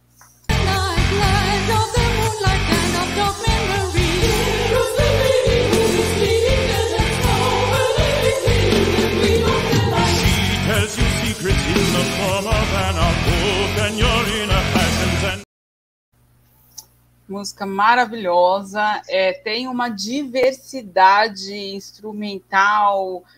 Andréia fala melhor do que eu, que ela é da área da música, eu só sou uma fã louca, né? Então, assim, eu sou só ouvinte também.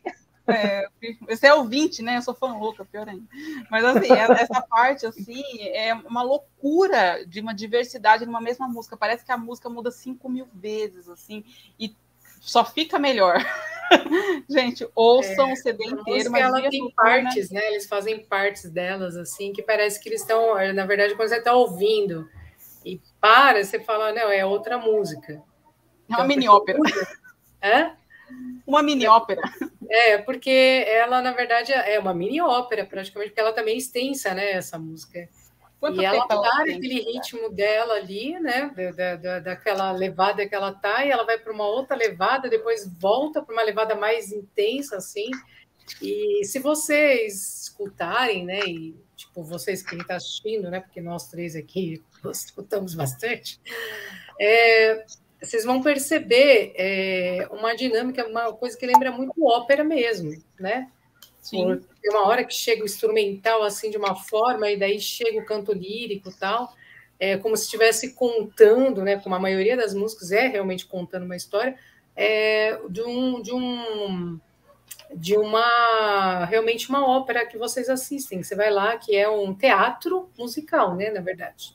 E é tudo representativo. Então, essa música ela tem uma representatividade nela assim muito grande do que está acontecendo. Você sente as sensações daquilo que está sendo falado ali na música.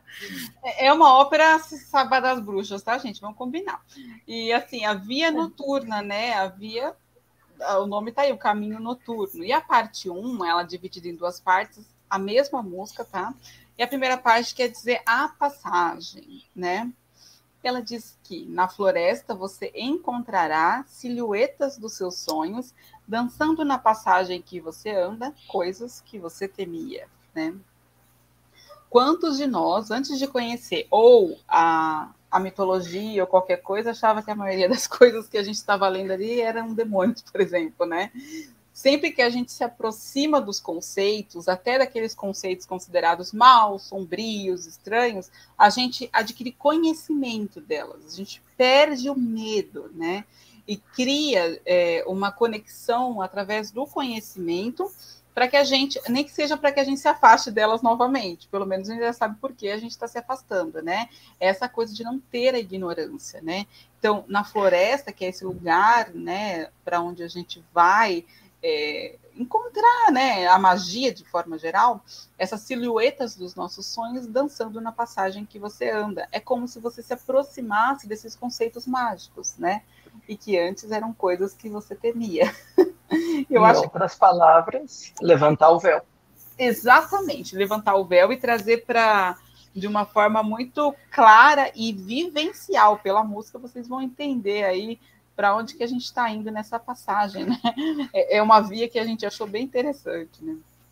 Agora, e uma curiosidade, sim, antes da continuação da primeira parte, a Via Noturna é o caminho para Citraarra, que é o outro lado que nós já falamos anteriormente, em outro vídeo. Quem não viu, assiste lá, gente, o vídeo do Citraarra, que é o vídeo, se não me engano, 4, né? E aí a gente vai ver direitinho, lá a gente explica direitinho o que é esse outro lado, que é esse outro mundo. Existe esse outro mundo em várias culturas, né? Se você for falar dos mundos xamânicos, que também tem várias culturas, né?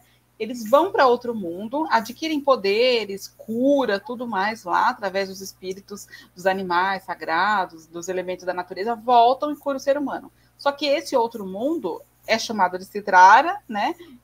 Na mitologia, na parte da mitologia hebraica, digamos assim. E aqui a gente está falando de uma outra mitologia, estamos falando de floresta, né? Vai um pouco para o lado das mitologias celtas, gregas, e mistura. Vocês vão ver a mistureba legal aí que eles fizeram, né? E aí ele fala, agora você as acha inofensivas, as coisas que você temia, né? Na passagem da escuridão, seus desejos se tornam realidade, na encruzilhada você vai encontrar. E o que é essa encruzilhada? É quando se cruza os caminhos. E aqui ele está falando do caminho da vida real com o caminho da vida do mundo espiritual. E são esses caminhos que se cruzam para que você adquira esse conhecimento. Então, assim, quando você tem muito medo, não está disposto, né, a entrar em contato com algumas energias, você se afasta delas. E esse medo faz com que você as tema, né? Quando você as acha inofensivas, você consegue usar ao seu favor, que é o conceito que a psicologia analítica traz de sombra. Ai, Deus me livre, esse meu lado é muito sombrio, eu não gosto dele. Ele só te atrapalha. Aí você tá lá conversando com seu namorado, em vez de falar uma coisa, fala, sai berrando com ele. Aí você fala, quem fez isso? Sua sombra, parabéns. Você não tá entrando em contato. Aí você precisa, não, peraí, deixa eu entender o que essa sombra quer, porque ela está fazendo isso. E aí esse grito de defesa, ela faz com quem precisa, não com seu namorado. Então essas coisas, né? Embora às vezes o namorado também precise, mas não costuma ser assim. Mas isso, né, é o lado sombrio, que é o que eles estão trazendo aqui, né? Você precisa parar de temer aquilo que faz parte de você, no fim das contas, né? O que o seu coração deseja? Dê uma espiada acima das sombras e você vê sua face nela. Ou seja, aquilo que você mais odeia, teme, etc., tem uma parte sua, você precisa enxergar qual é a parte que está ali, né? Quando você despertar o seu desejo, você irá dormir novamente. E o que é esse dormir novamente? É esse mundo dos sonhos, é essa capacidade que a gente tem de relaxar, né? E não ter pesadelos, e criar essa conexão com aquilo que a gente acha feio, mal, sombrio, e a gente rejeita. E isso, muitas vezes, é aquilo que o nosso coração deseja, né? Aquilo que a gente rejeita tanto é o que o nosso coração deseja. Quando as pessoas estão mudando de profissão, normalmente elas odeiam a profissão que elas querem fazer. Porque elas identificaram e reprimiram tanto aquilo, e criaram para elas uma condição, nossa, esse profissional é sempre horrível. Até que, conforme ela faz um caminho sincero, ela identifica. Ela pode odiar 8.000 profissões. Uma delas, provavelmente, é essa que ela está em dúvida. Agora, se ela não tem a dúvida vocacional, ok. Mas, normalmente, é isso. Ela descartou, identificou que não dava. Ai, médico é tudo isso. Advogado é tudo assim. Contador, Deus me livre. E às vezes é para lá que a pessoa quer ir, ela só não enxergou o caminho, ou a coragem, ou lidou com as questões adequadas para chegar até lá. E aí ela vive infeliz na profissão que ela está. Mas normalmente ela não gosta da profissão que é dela. A que é dela para o futuro, né? Por quê? Porque está na sombra, né? Aí ela ainda não conhece, digamos assim, né? Algum comentário sobre a passagem, pessoal? Já vamos para a parte. Podemos partir para a dança. O que é isso, então, João, já que você está falando da dança aí? Que eu já estou dançando desde o começo da live. No caso, é a dança das bruxas, né? A dança do conhecimento. Exatamente. Estamos falando de um sabá das bruxas, de aquisição de poder, entrar em contato com o poder que vem do outro mundo através dessa dança frenética. E por que essa dança tem sempre essa característica de frenesi? Porque você sai do seu estado normal de consciência, onde você não conseguiria lidar com aqueles elementos, entra no estado participativo, que normalmente ele é coletivo, porque aí você participa do inconsciente mesmo das outras pessoas e cria uma egrégora. É mais ou menos como um jogo de futebol. Você entra numa egrégora da torcida que você vai, meu Deus, né? E vai embora. Ou também, quando você está num culto muito, né, muito alvoroçado, você vai e aleluia, pai, pronto. E é aquela mesma energia coletiva da qual você participa. E ali também tem, né, nesse sabá, essa energia participativa, que é muito interessante, né? Siga a via noturna e luna. Olha a lua aparecendo aí novamente, né? Junte-se à dança de Hexington, encontre o Mefisto. Siga a via noturna e luna. Lembra que o Therion falou que aquelas coisas que você temia, você não vai mais temer, né? Disso faz parte esse conceito de Mefisto, né? Que é o lado mal. A gente rejeita completamente o lado demoníaco, mal, diabólico e etc., e, obviamente, cria uma via aberta para que ele haja na nossa vida, porque a gente não está nem protegido dele, né? Não quero ver, não quero falar, não quero olhar, tchau, né? O ladrão tá ali na sua frente e fala, não quero ver. Não dá para falar assim, gente. Oh, meu Deus, tá ali, perna para que te quero, né? E vai se proteger daquilo, porque senão não dá certo. Então, esse encontro Mefisto é quase que uma condição quando a gente está num processo profundo de autoconhecimento, que é encontrar os nossos próprios demônios. E lidar... porque essa gente, é aquilo que eu já até falei várias vezes aqui, né? Segundo a psicanálise analítica de Freud, nós, seres humanos, a nossa pureza, a gente é completamente o próprio demônio. A gente já não está precisando muito, né? Então... a gente é a nossa é o próprio... o mal, todo mal, né? Que nós trabalhamos, a gente tem o ego e o superego aí para dar uma segurada nisso daí, né? Uma equilibrada, né? Sociedade. Porque se não é o ego e o superego, a gente vive no id completo, a gente faz coisas assim bem fora da casinha mesmo na nossa natureza de como nós somos de verdade, né? E muitas vezes a gente acha que não, a gente direciona essa culpa para um ser externo chamado demônio, diabo, Lúcifer e por aí vai, sendo que nós mesmos que estamos fazendo aquilo porque nós queremos fazer aquilo, porque está dentro da nossa essência aquilo ali, né? Na verdade, a gente está buscando a essência divina, nos tornarmos deuses, né? Deus, né? Que é aquela coisa que nós criamos de amor, né? De compreensão, aquela coisa toda. Então, nós somos vários diabinhos querendo nos tornarmos, sermos como Deus, né? Que nós não somos Deus. E assim, ninguém é essencialmente bom nem essencialmente mal. Então, a gente vive no equilíbrio. E esse equilíbrio é necessário com o conhecimento, né? Sim. Exatamente. Dançando para a flauta de Pan até o amanhecer, eles lhe mostrarão... Olha ele aí. Olha o Pan chegando. Eles lhe mostrarão estranhos mundos noturnos. Terra do luar, de memórias negras, afague a dama que lidera a dança. Gente, Pan, ele é o deus das florestas. E ele é o deus do desconhecido. É daí que vem a palavra pânico. Medo de Pan. Né? Eu não sei se eu já contei nesse vídeo, acho que não.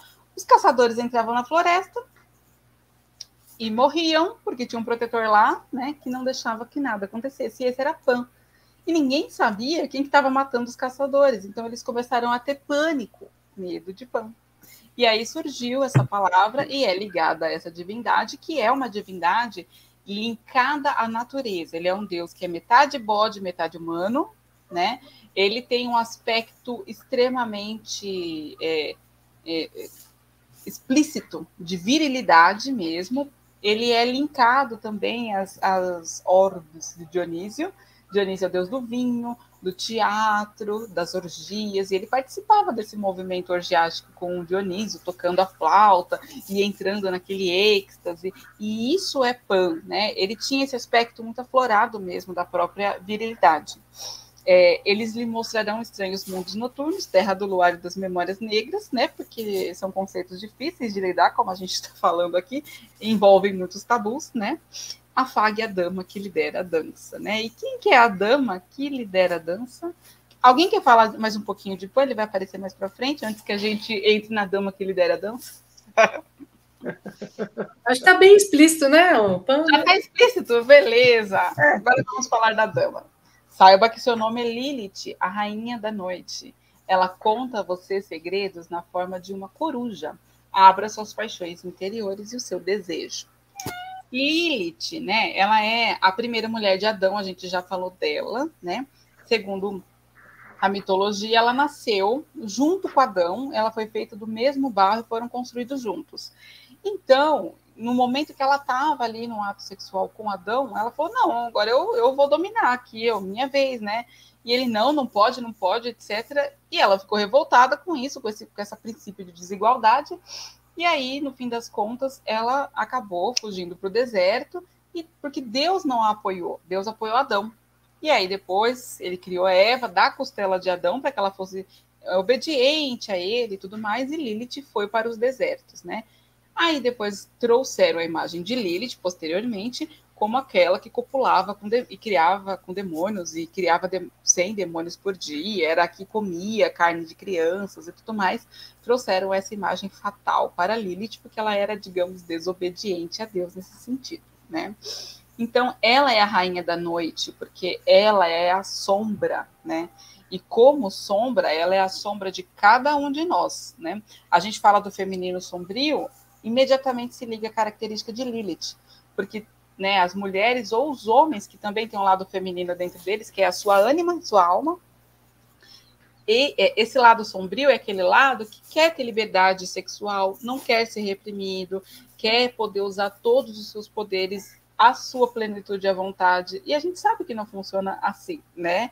E por isso que está tudo na noite, nas sombras, né? Ela conta a você segredos na forma de uma coruja. A coruja é o pássaro da sabedoria, é um pássaro noturno, é um pássaro agorento, então ela tem todas essas questões, né? Diziam que Lilith também era uma súcubo, que é aquela que aparecia nos sonhos noturnos dos homens, né? E roubava a energia sexual deles através de um ato sexual. E eles tinham pesadelos terríveis, né? Alguns amanheciam mortos, era complicado lidar com a energia de uma súcubo, né? Mas no fim, Lilith é o nosso lado sombrio com o qual a gente tem que dançar. Ela é quem coordena essa dança, né? Abra suas paixões interiores e o seu desejo.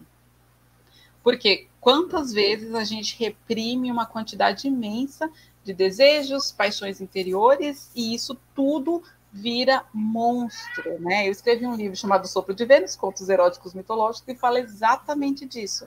Tudo que a gente reprime, são só contos, tá? Não tem... são contos eróticos, mitológicos, mas fala exatamente de coisas que você reprime. São histórias que eu recolhi reprimidas de casais e solteiros, que trazem o que as pessoas querem, no fim das contas. E elas vivem... por sinal, é um livro muito bom, viu? Livro de cabeceira. Muito obrigada, muito obrigada.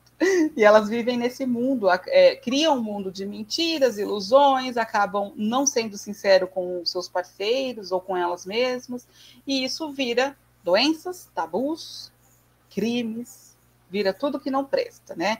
Então, acho que dançar com a rainha da noite é conhecer os seus próprios desejos, saber como realizá-los ou controlá-los, se não der para realizar, mas pelo menos conhecê-los e direcionar para algum lugar essa energia, para que ela não fique solta, né? Uma Lilith demônia que mata crianças, não transforme nisso, né? Deixa ela ser só a sua liberdade e a sua vontade de igualdade.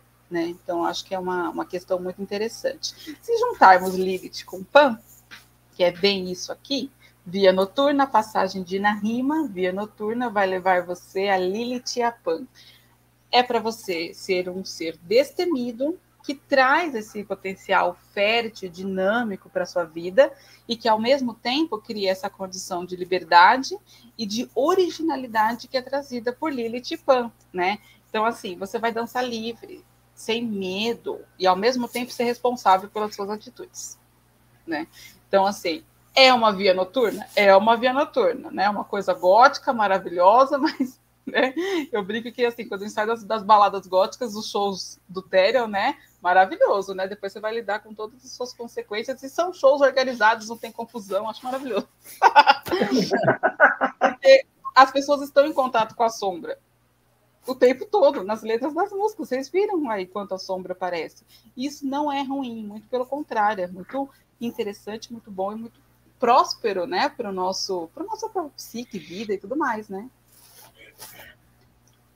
Falei pra caramba, vocês querem falar alguma coisa da via noturna? Eu acho que eu gosto de música maravilhosa. É maravilhosa.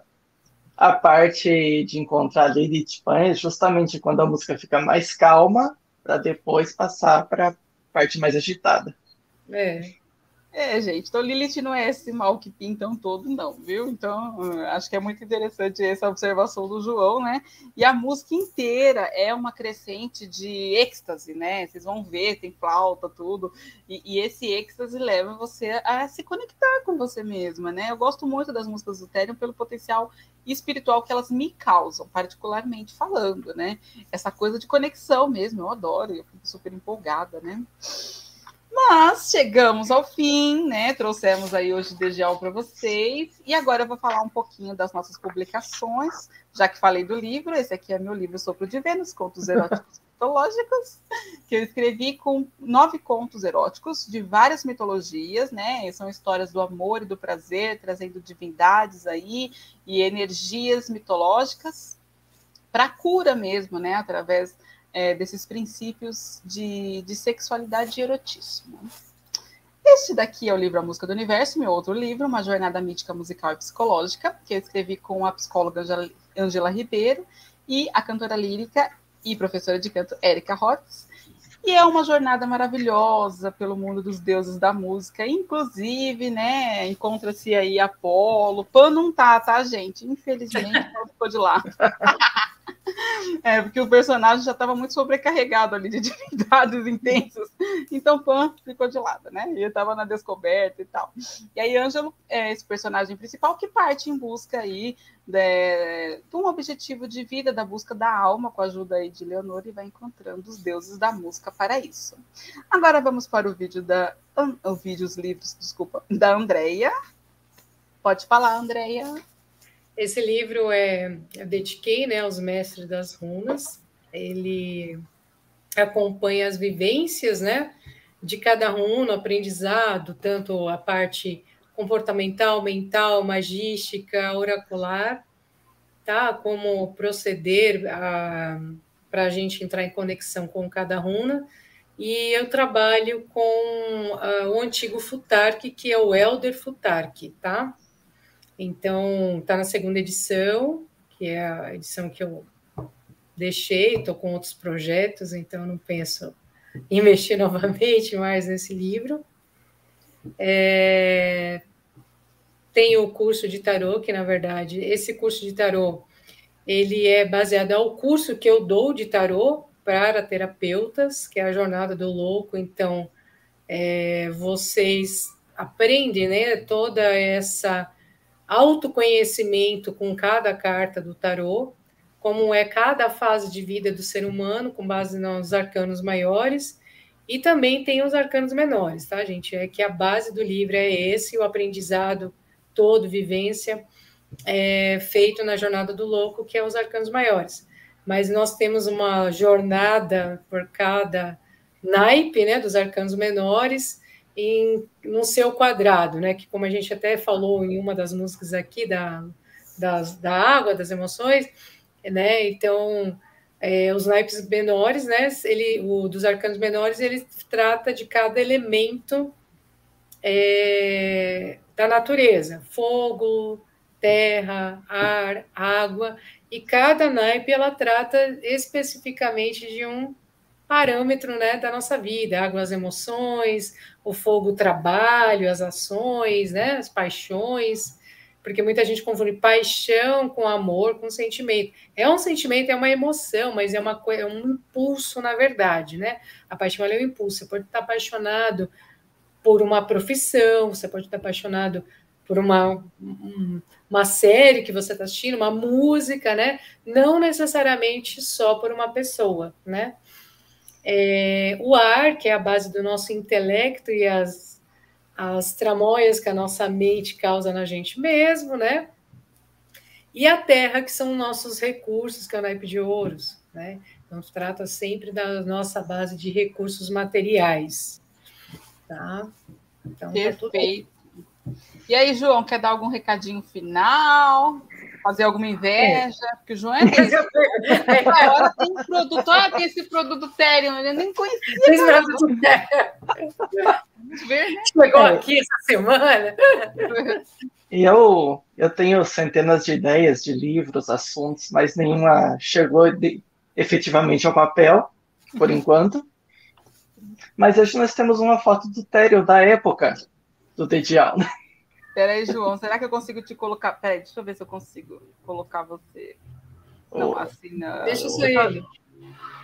Eu tô tentando. Deixa eu ver se eu consigo soltar. Aqui. Eita, nossa! Aí, cartãozinho postal da época. Tudo assinado, meu Deus, esse ser, viu? Fogo. Gente, a gente achava assim, eu e a Larissa, né? Eu conheci o João há anos atrás, quando eu tinha banda, né? Fazia shows aí, e sabia que o João ele gostava muito de Therion. Mas eu não sabia desses detalhes dele gostar muito de Therion, porque eu e a Larissa, nós gostávamos de Therion. A gente tinha um CD. Né? A gente não gosta. Mas o João, ele realmente é... Hoje eu conheci que é fã. Né? Com certeza. Esse aqui é o encarte. Mas... do Dedial todo assinado. Sim, mas as assinaturas são recentes. Os autógrafos são de 2019. Só o Christopher, dono da banda, é o que estava na época. Ou seja, né, ele foi lá e antes da pandemia, conseguiu os autógrafos. O CD tem uma questão especial aqui. Ah, ele tem um CD que tem mais uma música. Ai, gente, eu vou mostrar o meu agora, porque o meu não é especial. Cadê? Nem consigo aqui, né? Emoção. O meu acaba aqui na Via Noturna e já era, entendeu? Beleza. Né? Esse cover da ópera Carmina Burana do Karl Orff foi gravado meio que, dizem as más línguas, sem autorização. Então ela só saiu na primeira prensagem nacional do CD. Apesar disso, o Therion tá usando como música de abertura na turnê atual.